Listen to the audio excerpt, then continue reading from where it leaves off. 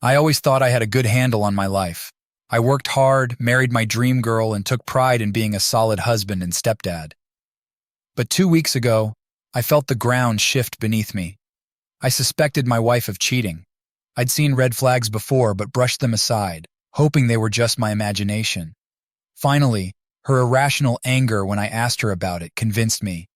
"How can you accuse me of such a thing? I would never cheat!" she screamed, her face twisting with rage.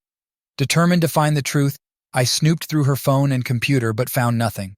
Not one to give up easily, I bought small cameras and placed them around the house. Then, under the guise of visiting friends for the weekend, I left home. Upon my early return, I watched the footage. There she was, with another man in our bed. A man I recognized, Theodore, a colleague we both were friendly with. Seeing red wasn't just a saying, I lost it. My fists met the walls, my foot kicked the bedroom door off its hinges, shattering a glass table in the living room. I bit my cheek so hard I sprayed blood when I screamed. I hit my head at some point, which snapped me out of my rage. The carnage around me was surreal. If my wife had walked in then, I would have ended up in jail. In a daze, I packed a suitcase with essentials and my laptop. I sent a copy of the video to Theodore's wife, with a simple message: "Your husband is cheating with my wife." Outside our apartment complex, I met my stepson. I hugged him tight, told him I loved him, but his mother was cheating on me, so I had to leave. His eyes filled with confusion and pain, a sight that haunts me. He shouldn't have been burdened with this. I drove to the border, hoping to find solace with my family in Canada, but COVID restrictions blocked my way. I ended up renting a cheap Airbnb. I've been a zombie, only responding to my stepson's messages. Hundreds of messages from my wife and her family went unanswered. I hadn't talked to friends because they were friends with her too. My parents knew, but I was too ashamed to reach out for support. Rage boiled inside me. The thought of seeing or talking to her made me feel like I would lose control. I wanted to protect my son, but had no idea where to start. My mind was a storm of anger and confusion. I needed a lawyer, but even that seemed too much to handle. In an attempt to manage my rage, I visited a cage fighting club. I was no fighter, but the physical exertion helped. The fighters there were surprisingly kind, making me work out until I was exhausted and then letting me spar with an experienced fighter. He was gentle, yet each tap reminded me of how powerless I felt. I didn't trust myself to meet my wife. I talked to my son, reassuring him we'd be okay, that he was my son no matter what. He seemed to appreciate it, and it was the only thing that brought me some peace. Meanwhile, my wife was falling apart, calling everyone, confessing, and offering money for anyone who could put her in touch with me. I decided to communicate through my cousin, asking questions through him to avoid direct contact. Some suggested using my son as leverage for reconciliation, but I would never do that. If my son asked me to adopt him, I'd consider it, but not as a bargaining chip. I started calling my son twice a day, but he eventually broke down, revealing the house was a mess and his mother was neglecting him. I rushed home to find a scene of filth and decay. My wife, skeletal and unresponsive, was a shadow of the woman I married. I moved her to the hospital, focusing on my son, cleaning the house, and dealing with my overwhelming guilt and anger. In the hospital, she refused to see anyone but her mother. She wrote me a letter, 32 pages of apologies and confessions, detailing her affair and a previous emotional affair. She gave me all her login credentials, diaries, and a detailed confession. Her guilt and confusion were evident, but it didn't change what she did. As I read her letter, I felt a mixture of rage and sadness. She admitted to an addiction to the attention and ego boost from her affair partner, a handsome man married to a stunning woman. She used sex to keep his interest, even though it felt like a chore to her.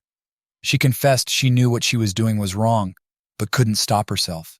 Her apology seemed genuine, but the damage was done. The pain was deep, and I didn't know if I could forgive her. I couldn't trust her, and I didn't want to use my son as a pawn in this mess. My focus now was on rebuilding my life and being there for my son. Divorce was inevitable, but the path forward was unclear. All I knew was that I had to stay strong for my son, no matter what. The hospital called me in one day. They said my wife was stable enough to have visitors and that she wanted to see me. Against my better judgment, I went. Seeing her like that, frail and broken, stirred something inside me.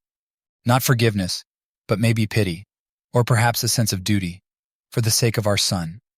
When I arrived, she looked up at me with hollow eyes. "Thank you for coming," she whispered, her voice barely audible. She started to cry, and for a moment, I just stood there, unsure of what to do. "I didn't come here for you," I finally said, my voice cold. "I came here because I needed answers, and because our son needs stability. This isn't about us anymore." She nodded, wiping her tears. "I know I don't deserve your kindness, but I am grateful you're here." The conversation was strained, filled with awkward silences and heavy sighs. She apologized again, repeated much of what she had written in her letter. I listened, arms crossed, my expression unreadable. "I don't know who I am anymore," she confessed. "I don't understand how I could do this to you, to us. I wish I could take it all back." "You can't," I snapped. "You destroyed everything. You took our family and tore it apart. Now I have to pick up the pieces and I don't even know where to start." She sobbed quietly, and I couldn't help but feel a pang of guilt. Not for her, but for our son, who had to endure this nightmare. "I'm trying to be strong for him," I said, my voice softening a bit. "But I don't know how to do this. I don't know how to move forward." She reached out to touch my hand, but I pulled away. "Don't," I said sharply. "Don't try to comfort me. Just focus on getting better for our son's sake." As I left the hospital, my mind raced with conflicting emotions. I wanted to hate her, to forget she ever existed. But I couldn't deny the years we spent together, the love I once had for her. It made everything so much more complicated. Days turned into weeks, and the divorce proceedings began. My lawyer, a sharp and experienced woman named Karen, guided me through the process. "We'll get through this," she assured me. "Just keep your head down and stay focused." But it wasn't that simple. My wife's family, who had been a constant presence in our lives, started to meddle. They called me incessantly, begging me to reconsider, to give her another chance. "She made a mistake," her mother pleaded. "But she loves you. Can't you see that?" "Love isn't enough," I replied, my patience wearing thin. "She betrayed me. There's no coming back from that." Then there was Theodore. He tried reaching out, claiming he wanted to apologize, to explain himself. I ignored his calls, deleted his messages. The thought of hearing his voice made my blood boil. My son, caught in the middle of this chaos, started acting out. He refused to go to school, became withdrawn, and barely spoke to me. It broke my heart to see him like this. I didn't know how to help him, how to make things right. One night, after another argument with my wife over custody arrangements, I snapped. "You don't deserve to see him," I shouted over the phone. "You abandoned him when you chose to cheat. You don't get to play the victim now." "Please," she begged, her voice breaking. "He's all I have left. Don't take him away from me." "I'm not taking him away," I retorted. "You did that to yourself." The stress of it all was overwhelming. My work suffered, and my friends started to distance themselves, unsure of how to support me. The loneliness was suffocating, and I found myself questioning everything. Had I done the right thing? Was there any way to salvage something from this wreckage? In the midst of this turmoil, Theodore's wife reached out to me. "We need to talk," she said. "There's something you need to know." Reluctantly, I agreed to meet her. We sat in a quiet cafe, the tension palpable. "I found out something," she began, her hands trembling. "Theodore's been cheating on me for years, with multiple women. Your wife was just one of many." Her words hit me like a truck. "Why are you telling me this?" I asked, my voice strained. "Because you deserve to know the truth," she replied. "And because I'm not the only victim here. Our children deserve better than this." We talked for hours, sharing our pain, our anger, our shattered dreams. It was strangely comforting to know I wasn't alone in my suffering, but it also made everything feel even more hopeless. As we parted ways, she gave me a sad smile. "Stay strong," she said, "for your son. He needs you." I drove home in a daze, the weight of the revelations pressing down on me. My wife's betrayal, Theodore's deceit, the impact on our children. It all felt like too much to bear. I walked into the house, my son sitting on the couch, staring blankly at the TV. I sat beside him, pulling him into a hug. "We're going to be okay," I whispered, more to myself than to him. "We have to be." The courtroom was cold, both in temperature and atmosphere. I sat at one table, my lawyer Karen by my side, while my wife and her lawyer sat at the other. Her parents sat behind her, casting sympathetic glances my way, but it only fueled my anger. How could they defend her after what she'd done? The judge called the court to order, and we began the long, painful process of dividing our lives. Our son, our home, our possessions, everything was up for debate. We're here to determine the custody arrangement for your son and the division of joint property, the judge stated, looking at both of us. Karen stood up first, presenting our case with precision. Your Honor, my client is seeking full custody of his son, with supervised visitation for the mother. Given her recent actions and mental health status, we believe this is in the best interest of the child.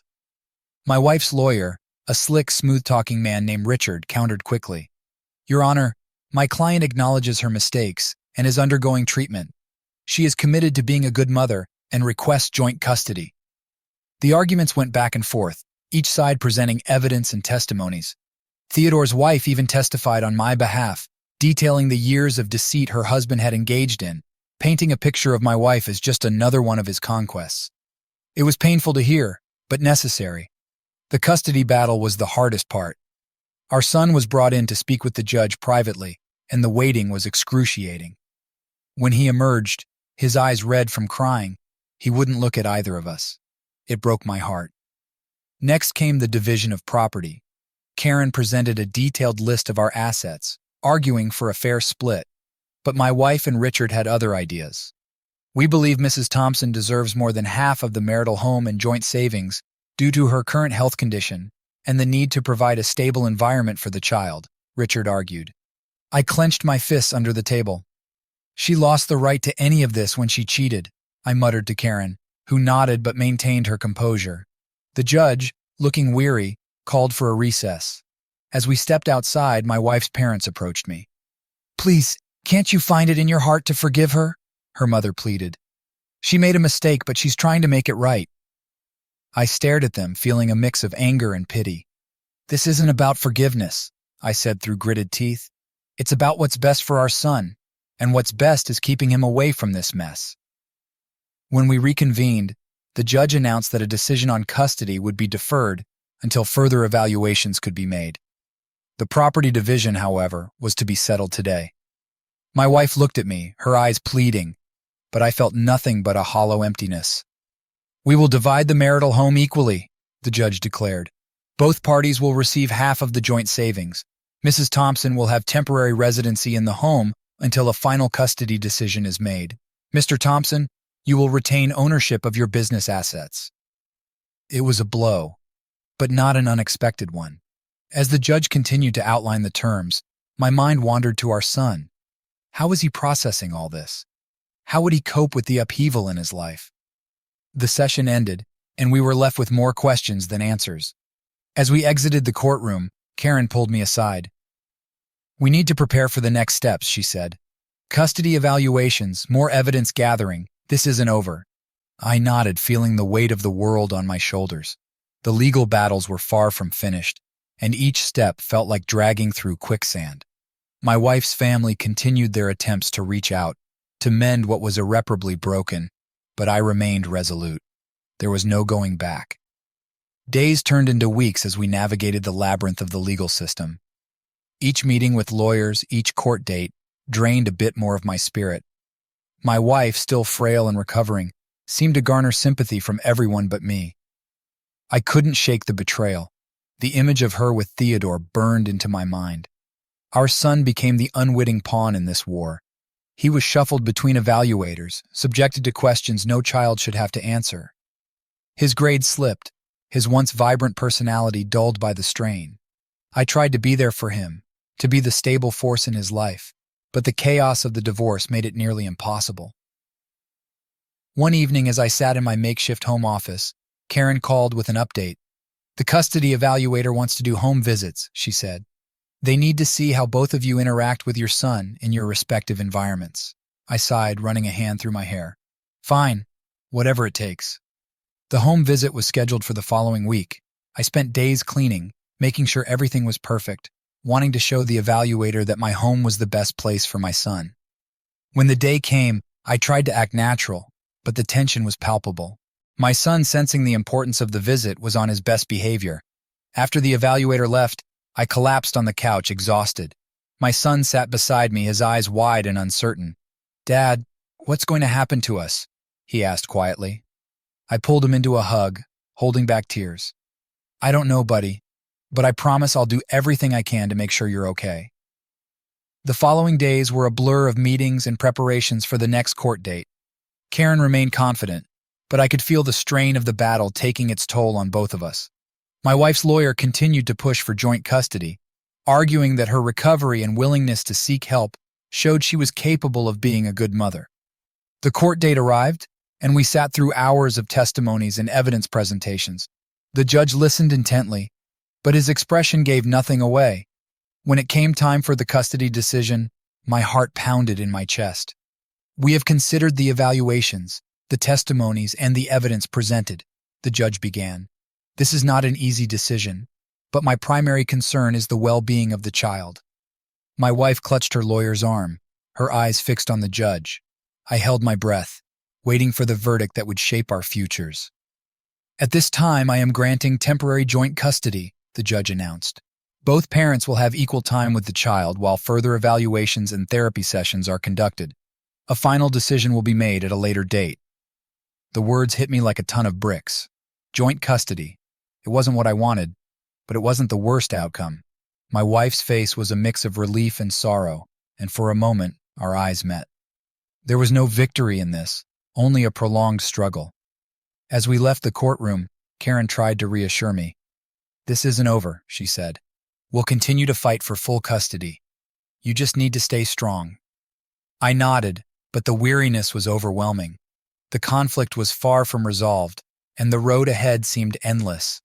Our lives remained entangled in a web of legal battles, emotional scars, and the unrelenting quest for what was best for our son. Man, I never thought I'd be in this situation, sitting here spilling my guts to strangers on the internet. But I guess when life kicks you in the teeth, you do whatever you can to stay sane, right? So after that court date, I was in a daze. Joint custody was a punch to the gut, not because I wanted to take my son away from his mother, but because the whole situation was just so damn messy. And honestly, I felt like I was losing control over the one thing that mattered most: my kid. Anyway, the evaluator visits continued. It felt like living under a microscope, every move scrutinized and analyzed. I kept thinking, how did my life get here? I used to have a normal family, a normal life.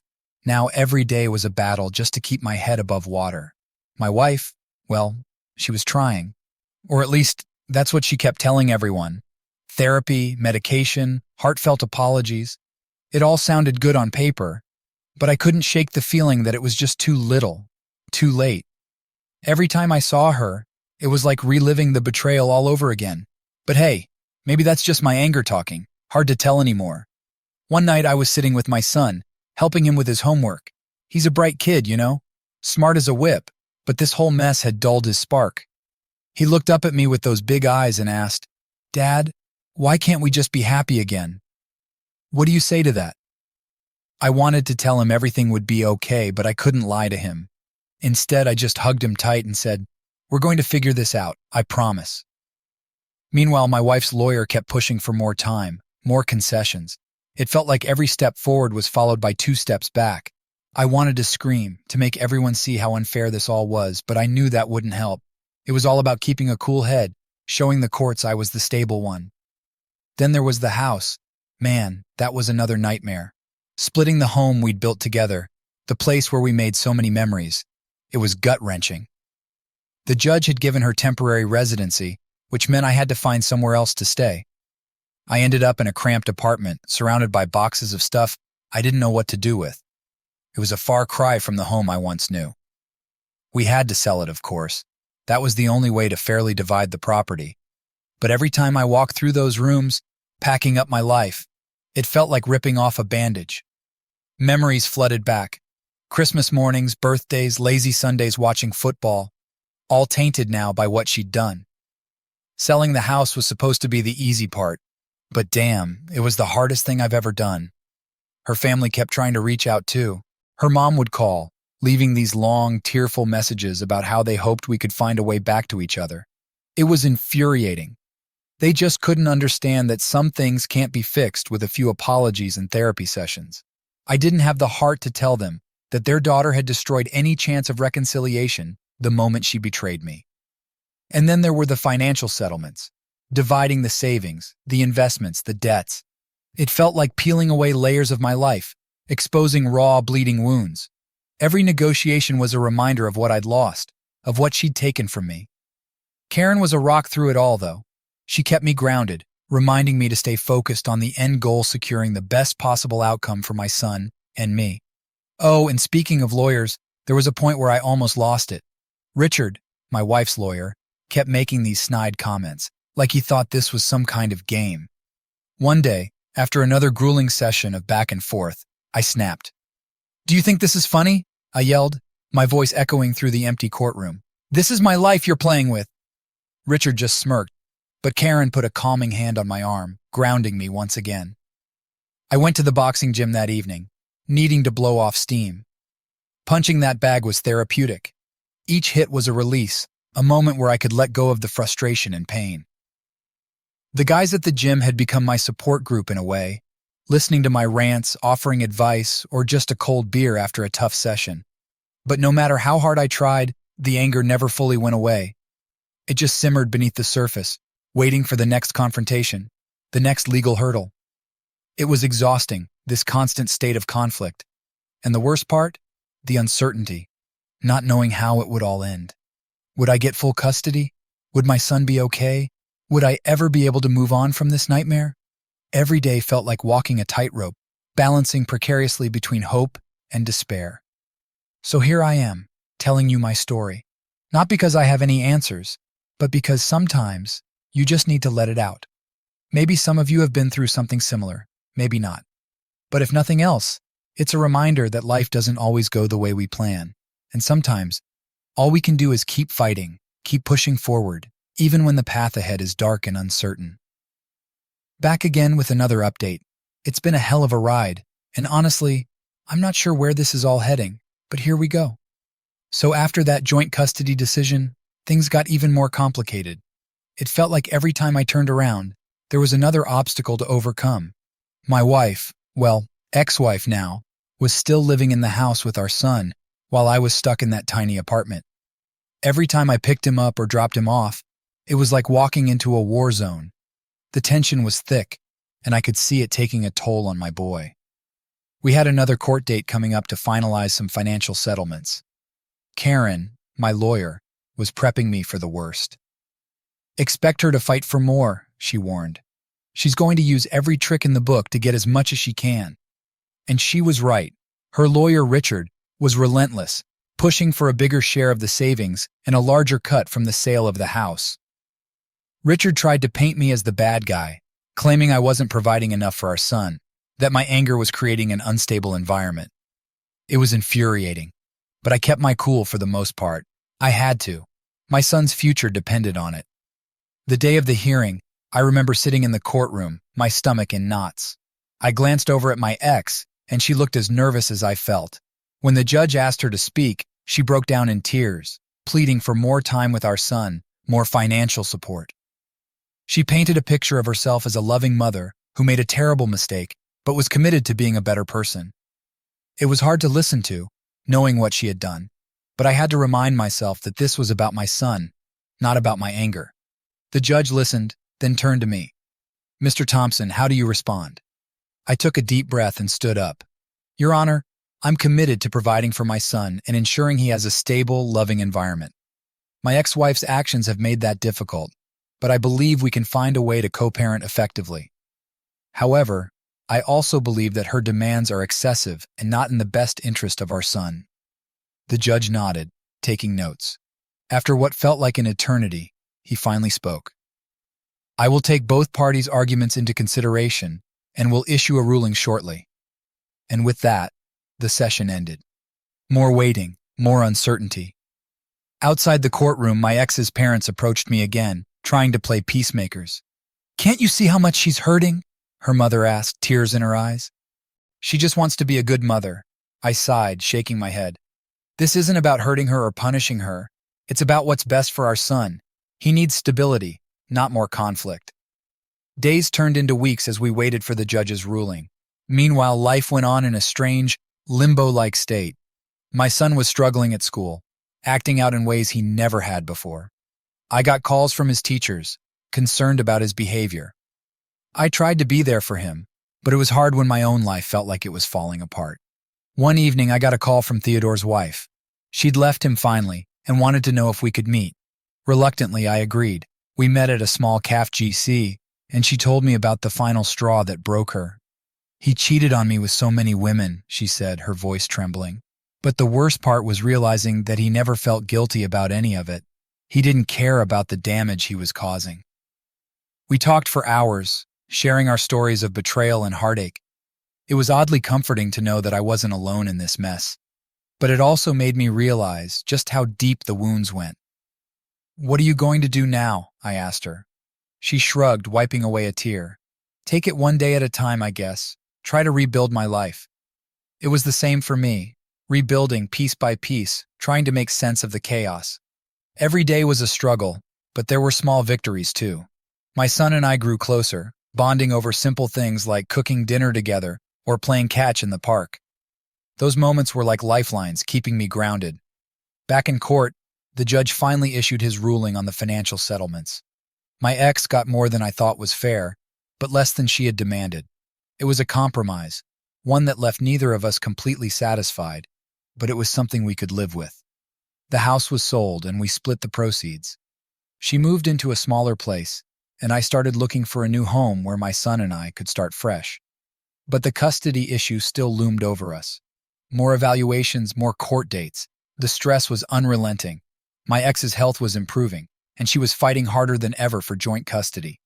I couldn't blame her for wanting to be with our son, but the thought of splitting time with her was like salt in an open wound.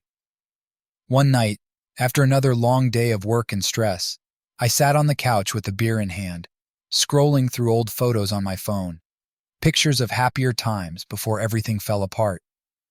It was a bittersweet trip down memory lane. I couldn't help but wonder how we got here, how something that started with so much love ended in such a disaster. Then there was the matter of therapy. My ex was seeing a therapist regularly, and the courts wanted me to go too. At first, I resisted. I didn't think talking about my feelings would help, but eventually I gave in. Sitting across from a stranger, spilling my guts about the betrayal and the pain, it felt oddly freeing.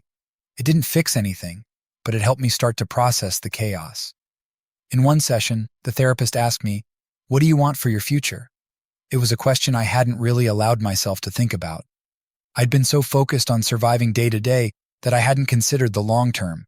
"I want my son to be happy," I said finally. "I want him to feel safe and loved." The therapist nodded. "And what about you? What do you need to heal?" I didn't have an answer for that. Not yet, anyway. So here I am, still navigating this mess, trying to find some sense of normalcy. There's no clear end in sight, just a long road ahead filled with more court dates, more therapy sessions, more ups and downs. But I'm holding on. For my son, for myself. One day at a time, one step at a time. Thanks for sticking with me through all this. I'll keep you posted as things progress. For now, it's just about finding the strength to keep moving forward, no matter how uncertain the future may be. Things have taken a turn, and not for the better. If I thought the past few months were tough, I had no idea what was coming. Buckle up, because this part is a doozy. So, after all the back and forth with the courts and the evaluations, I thought we were finally getting somewhere.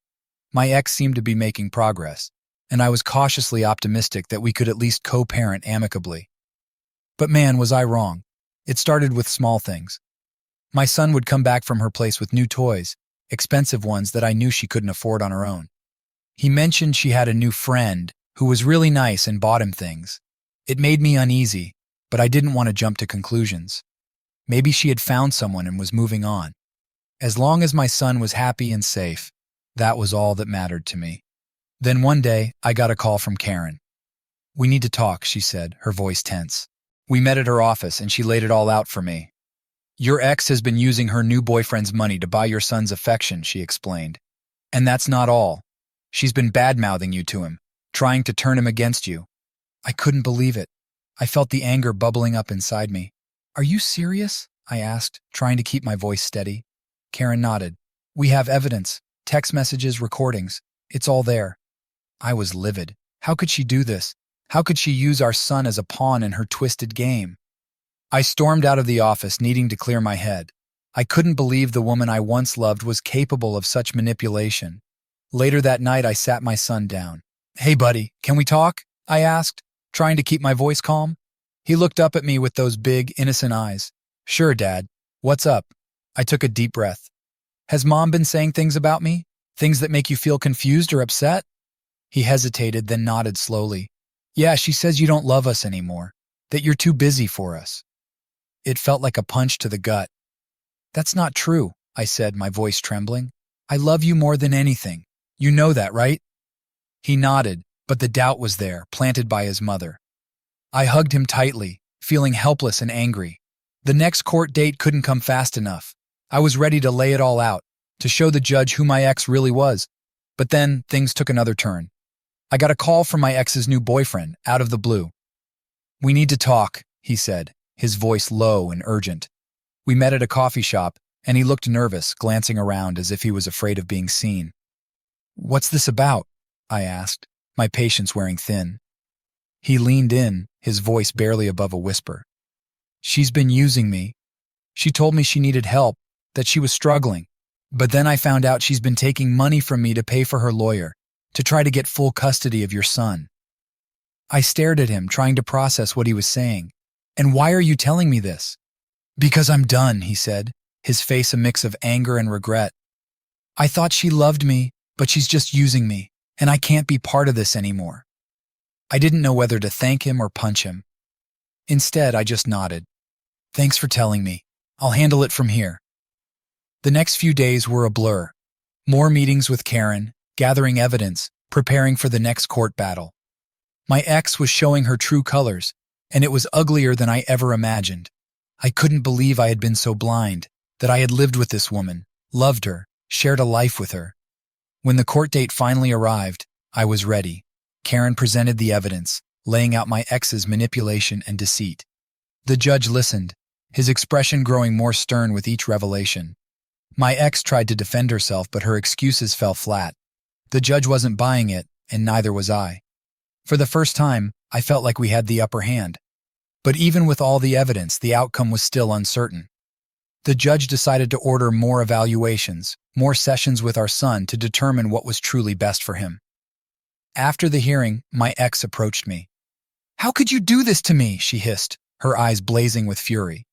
I looked at her, feeling a strange mix of sadness and disgust. You did this to yourself, I said quietly. All I ever wanted was what's best for our son. But you've turned this into a war. She sneered. You think you're so righteous, but you're no better than me. I walked away, not wanting to engage further. She wasn't worth it. My focus was on my son, and ensuring he had the stable, loving environment he deserved. But as I drove home, the weight of it all pressed down on me. How had it come to this? How had the woman I once loved turned into someone I barely recognized, someone I couldn't trust? The battle wasn't over, and the road ahead was still uncertain. But one thing was clear. I would do whatever it took to protect my son and give him the life he deserved, even if it meant continuing this exhausting, heartbreaking fight. Thanks for listening, folks. I'll keep you updated as things progress. But for now, it's just about taking it one day at a time, one step at a time. Hey everyone, this is probably going to be my last update.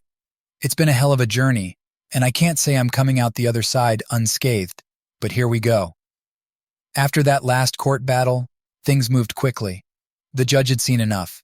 He ordered a final evaluation, but it was clear that my ex's manipulations and deceit had backfired. The custody evaluator spent time with both of us, and the reports were damning for her. The final court date arrived, and I was a bundle of nerves. I knew we had a strong case, but I also knew how unpredictable these things could be. Karen kept reassuring me, reminding me of all the evidence we had, but I couldn't shake the feeling that something could still go wrong. The judge took his seat, and the room fell silent. He recapped the case, outlining the evidence and the testimonies. My ex sat across from me, looking more fragile than ever. Her lawyer seemed resigned, like he knew the outcome already. Based on the evaluations and the evidence presented, I'm awarding primary custody to Mr. Thompson, the judge declared. Mrs. Thompson will have supervised visitation rights, pending further evaluations and therapy. I felt a wave of relief wash over me, but it was bittersweet. This was never how I wanted things to turn out. I glanced at my ex, and for a moment, I saw the woman I once loved, now a shell of her former self. Her face crumpled and she started to cry. I didn't feel triumph, just a deep, aching sadness for what could have been. As we left the courtroom, her parents approached me again, their faces lined with worry and sorrow. "Please take care of her," her mother begged. "She needs help." "I will," I promised. "But my priority is our son. He needs stability and love right now." My son took the news as well as could be expected. He was happy to be with me more, but I could see the confusion and hurt in his eyes. "Why can't Mom be with us too?" he asked one night as I tucked him into bed. "It's complicated, buddy," I said, trying to keep my voice steady. "Mom needs some time to get better, but she'll always love you, and so will I." The weeks that followed were a blur of adjustments and new routines. My ex moved in with her parents, who took on the role of her caretakers. She continued with therapy and medication, but the damage had been done. Our son adjusted slowly, finding a new sense of normalcy in our new home. I did my best to be both mother and father, a role I never wanted to play alone. One evening, I got a call from her mother. "She tried to hurt herself," she said, her voice shaking. "We found her in time, but she's in the hospital now." I felt like the wind had been knocked out of me. "I'll be right there," I said, grabbing my keys and rushing out the door. At the hospital, I saw her lying in a bed, pale and fragile. Her eyes fluttered open when she saw me. "I'm sorry," she whispered, tears streaming down her face. "I just can't take it anymore." I sat beside her, feeling a mix of anger and pity. "You need to get better for our son's sake," I said, my voice breaking. "He needs you in his life, but you have to be healthy." She nodded, closing her eyes. "I know. I'm trying." The days turned into weeks, and she remained in the hospital undergoing intensive therapy. Her parents visited often, and I brought our son to see her when it was allowed. He was confused, but I tried to explain as best as I could. One day I found myself sitting alone, thinking about everything that had happened. The betrayal, the anger, the heartbreak. It was a lot to process, and I realized that while I had won in court, there were no real winners here. Our son had lost the family he once knew, and my ex had lost her way completely. I reached out to a therapist for myself, finally admitting that I needed help too. Talking about it helped, but it didn't erase the pain. It just made it more manageable. I focused on my son, making sure he knew he was loved and that he would always have a stable home with me. As time went on, my ex slowly started to recover. Her visits with our son became more regular, supervised by her parents or a therapist. It was hard to see her struggle, but I knew it was necessary. Our son needed both of us, even if we couldn't be together. In the end, I found a new normal. It wasn't the life I had planned, but it was a life I could live with. My son and I grew closer, and I found strength in being there for him. The anger and bitterness slowly faded, replaced by a quiet determination to move forward. So that's where things stand now.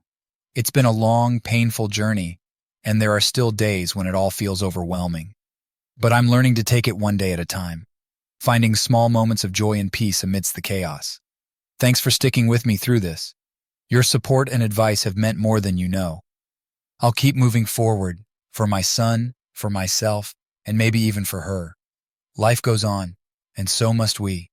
Take care, everyone.